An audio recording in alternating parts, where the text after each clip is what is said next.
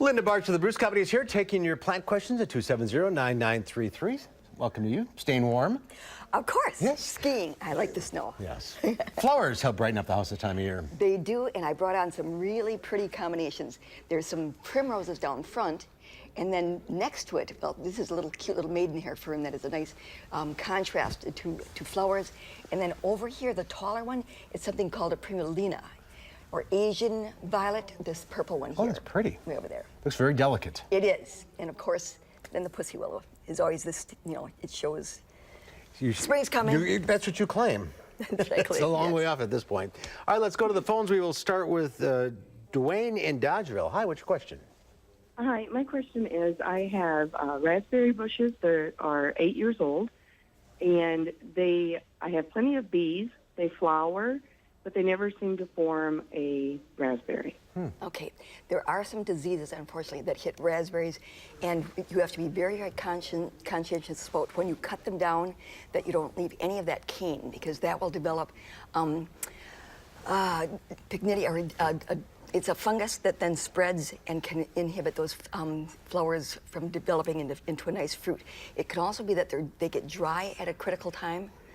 But she's right in thinking that the bees are important, a good sunny location, but then there can be some other issues that cause that drying of the fruit before it ever develops. All right, let's go to Rita in Madison. Hi, Rita. Hi. Hi, what's your question?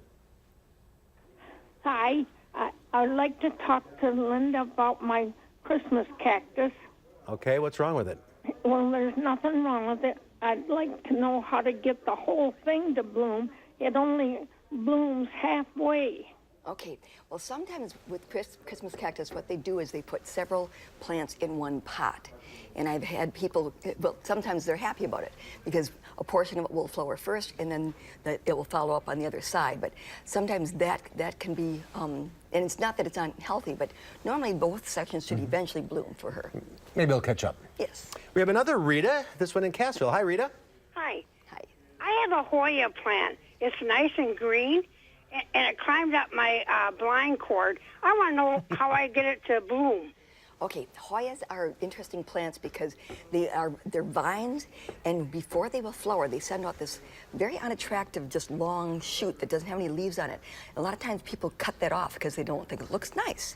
But what will happen is that the flowering spurs will then occur on that long shoot. Ah.